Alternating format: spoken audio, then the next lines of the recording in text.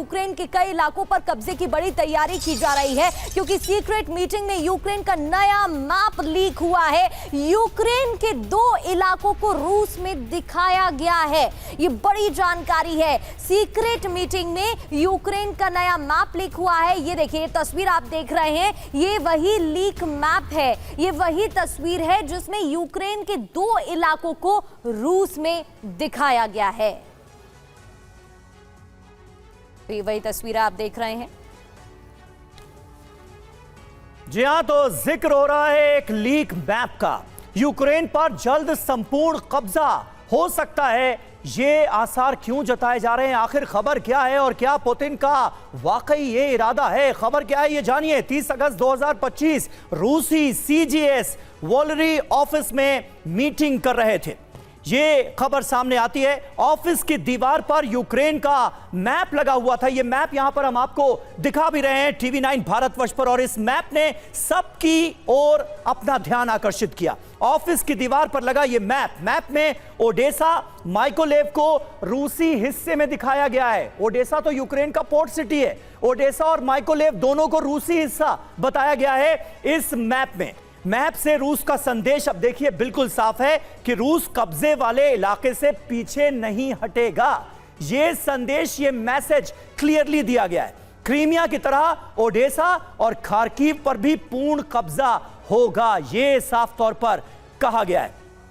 Donbas से यूक्रेनी सेना को पीछे हटना ही होगा, यानी डॉनबास तो छोड़ेंगे नहीं, खेरसोन छोड़ेंगे नहीं, ज़ैपोरिजिया छोड़ेंगे नहीं। और अब नए नए इलाकों की बात भी सामने आ रही है। ओडेसा की बात सामने आ रही है, माइकोलेव की बात सामने आ रही है। तो कुल मिलाकर यूक्रेन पर जल्द संपूर्ण कब्जे की तैयारी से ऐसा लगता है कि पुतिन की सेना आगे बढ़ रही है और पुतिन इसी रणनीति पर काम कर रहे हैं। यूक्रेन पर जल्द संपूर्ण कब्जा। रूस ने बदला नक्शा। यूक्रेन में कहां रूसी कब्जा है।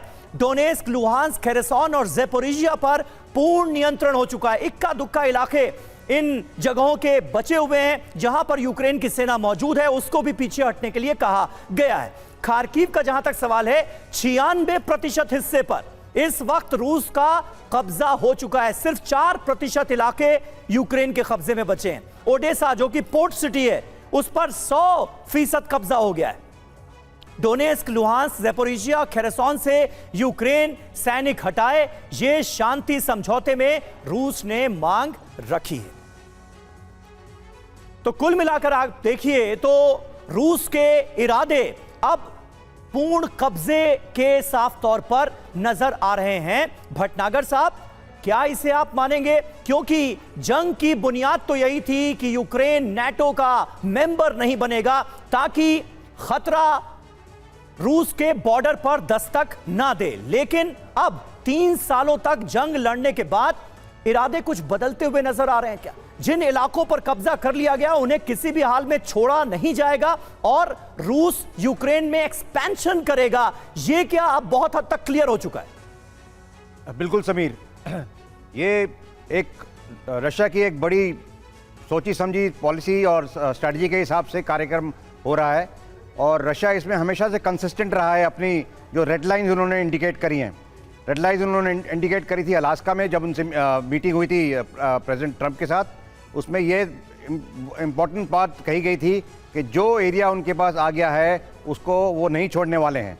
और डोनेस्क का एरिया जिसमें बहुत सारा मिनरल्स हैं, कोल है, इंडस्ट्री है, उसको बहुत इम्पॉर्टेंट समझते हैं रशिया, और रशिया इससे कभी भी पीछे नहीं होने वाला है। ये इम्पॉर्टेंट है। उसके लिए डिस्टेंस और एक बफर जोन बनाने के लिए यूक्रेन और रशिया की बॉर्डर के बीच में, इसलिए वो उससे पीछे तो हटने वाले नहीं है। ये उनकी पक्का रेड लाइन है। दूसरी रेड लाइन रशिया की यह है कि वो नाटो में कभी यूक्रेन को कभी शामिल नहीं होने देंगे। तीसरी रेड लाइन जो अभी इन्होंने नई निकल के आ रही है, वो बोल रहे हैं कि हम ज़ेलेंस्की से नहीं बातचीत करेंगे, उसके अलावा कोई और भी अगर लीडर निकल के आएगा उससे बात करने को तैयार हैं। ये चीज़ कंसिस्टेंट है काफ़ी दिनों से, काफ़ी महीनों से, और रशिया इस पे पूरे वेट और एम्फेसिस दे रहा है शुरू से ही। बिल्कुल सर, लेकिन ये जो यूक्रेन सपना देख रहा है ये कितना सच हो पाएगा वो तो वक्त ही बताएगा, क्योंकि पुतिन भी अपनी बात पर अड़े ही हुए हैं।